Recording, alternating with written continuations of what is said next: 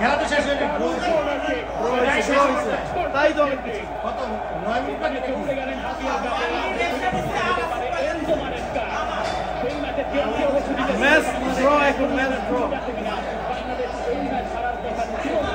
বাংলাদেশ সেই ম্যাচের ক্ষমতায় কিন্তু রোশালিনের কর্নারকে প্রথমে উঠিয়ে দিলেন তারা এবং তিনি আমাদের নিয়ে গেলেন ঘরে। ওয়েলকাম হোম শহীদ শো।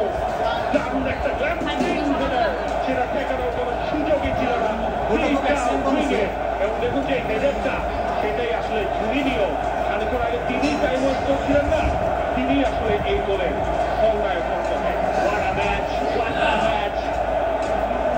তিন দিনে সমতা। বাংলাদেশ এমন ম্যাচ খুব একটা খেলে না। বাংলাদেশ সমতায় খেললো। খেলা দেখাই দিছে। বিয়ের কান্ডরাও আর নিজেকে ধরে রাখতে পারলেন তুই। হংকং র্যাঙ্কিং এ অনেক আগে না, দরকার ছিল বাংলাদেশের খেলা দেখাইছে।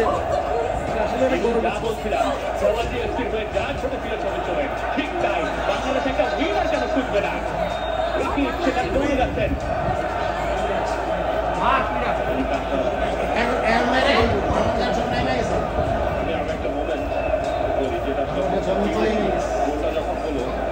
সেলিব্রেশন করছিল সেই মোমেন্টে সেখানে হোসেন সুজন তিনি যে জায়ান আমাদেরকে জড়িয়েছেন, জায়ান সেই কর্নার কিকটা আদায় করে দিয়েছেন। যখন দেখছিলেন তিনি ওই ক্রসটা তিনি করতে পারছেন না, তার সাথে একেবারে তার মার্কার লেগে আছে, ওই মোমেন্টে তিনি